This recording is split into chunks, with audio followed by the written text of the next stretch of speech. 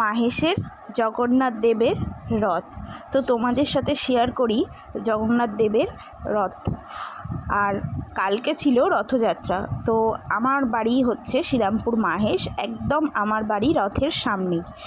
তো দেখতেই পাচ্ছ সকালবেলা মানুষের প্রচুর ভিড়, আর এটা হচ্ছে আমাদের মাহেশের রথ। এবার আমরা চলো যাই মন্দিরে। তো দেখতে পাচ্ছ এটা হচ্ছে মন্দিরের প্রবেশদ্বার। সামনে মানে প্রচুর লাইন পড়েছিল মানুষ পুজো দেওয়ার জন্য, ঠাকুরের দর্শন করার জন্য। প্রচুর দূর দূরান্ত থেকে মানুষ আসে। যেরকম পুরীতে অনেক লোক যায়, সেরকম আমাদের মাহেশেও প্রচুর লোকজন আসে, তোমরা দেখে বুঝতেই পারছো। আর চলো মন্দিরের ভেতর তো প্রবেশ করে গেছি অনেক কষ্ট করে।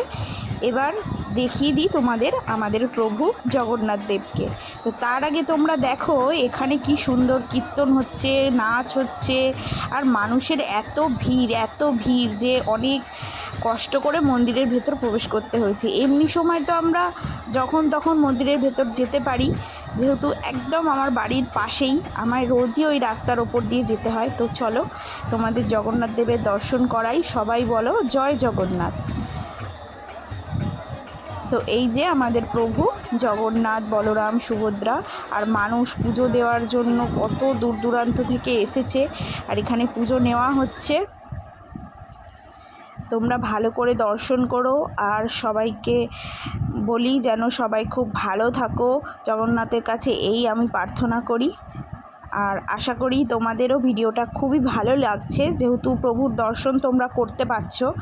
তো যদি ভালো লাগে তো কমেন্টে অবশ্যই জয় জগন্নাথ লিখো। তো এবার পুজো দেওয়া হয়ে গেল। তো এবার আমরা এখান থেকে বেরিয়ে যাব, আর এখান দিয়ে আমার এটা হচ্ছে বাইরে যাওয়ার পথ এখান দিয়ে।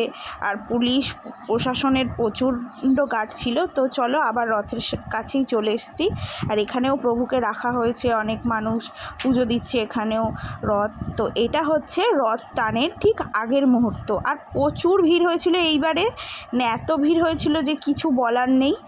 তো ভিড়ের সময় তো আর ভিডিও করা সম্ভব নয়, টানটা দেখানো। তো তার আগের মুহূর্তটা তোমাদের সাথে তুলে ধরলাম। কীরকম লাগলো অবশ্যই বলো। তো চলো ভিডিওটা আজকে এই পর্যন্তই।